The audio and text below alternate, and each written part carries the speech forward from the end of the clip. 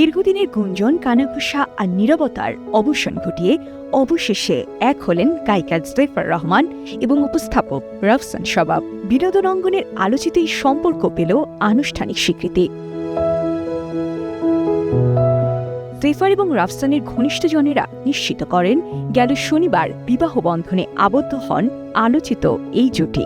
14 জানুয়ারি বুধবার ঢাকার অদূরে আমিনবাজারের একটি রিসোর্টে পারিবারিক আয়োজনে অনুষ্ঠিত হয় বিয়ে বাকি আনুষ্ঠানিকতা।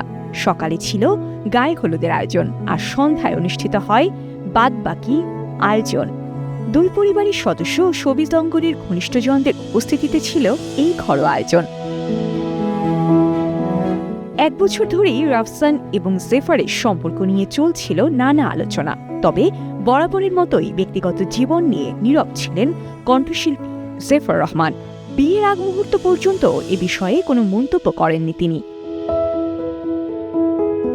একমাত্র স্মার্ট সিটি বসুন্ধরা, আধুনিকতায় এক ধাপ এগিয়ে। দীর্ঘদিনের বন্ধুত্ব থেকেই দুজনের সম্পর্কের শুরু, যা ধীরে ধীরে গড়ায় ভালোবাসায়। গত বছরের মাঝামাঝি সময় থাইল্যান্ডে একসঙ্গে ভ্রমণের কিছু ছবি সামাজিক যোগাযোগ মাধ্যমে ছড়িয়ে পড়লে আলোচনা আরও তীব্র হয়। যদিও সে সময়ও জেফারের বক্তব্য ছিল, ব্যক্তিগত জীবন নিয়ে তার বলার কিছুই নেই। সব জল্পনার ইতি টেনে অবশেষে আজ নতুন জীবনের পথে হাঁটলেন জেফার ও রাফসান। বিয়ের ছবি প্রকাশ্যে আসতেই সোশ্যাল মিডিয়ায় শুভেচ্ছার জোয়ার বইছে নবদম্পতির উদ্দেশ্যে। এর আগে 2023 সালের শেষ দিকে রাফসান শাবাব তার প্রথম দাম্পত্য জীবনের ইতি টানেন। তখন সামাজিক যোগাযোগ মাধ্যমে দেওয়া এক পোস্টে তিনি জানিয়েছিলেন, সম্মানজনক সমাধানের পথ হিসেবেই এই সিদ্ধান্ত নেওয়া হয়েছিল।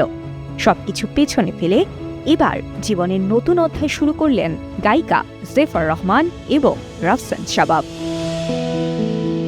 সাজিয়া ইসলাম, কালের কণ্ঠ।